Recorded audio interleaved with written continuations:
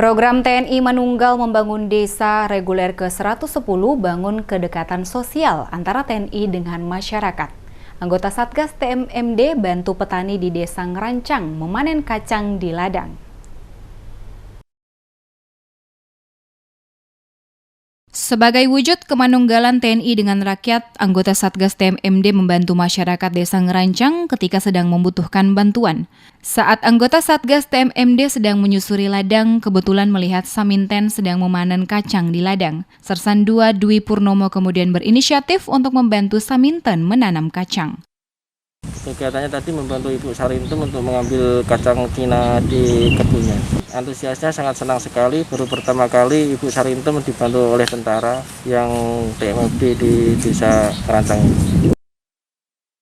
Serda Dwi Purnomo merasa senang karena dapat membantu Sarinten memanen kacang. Setidaknya dengan bantuannya pekerjaan Sarinten menjadi lebih ringan dan cepat selesai.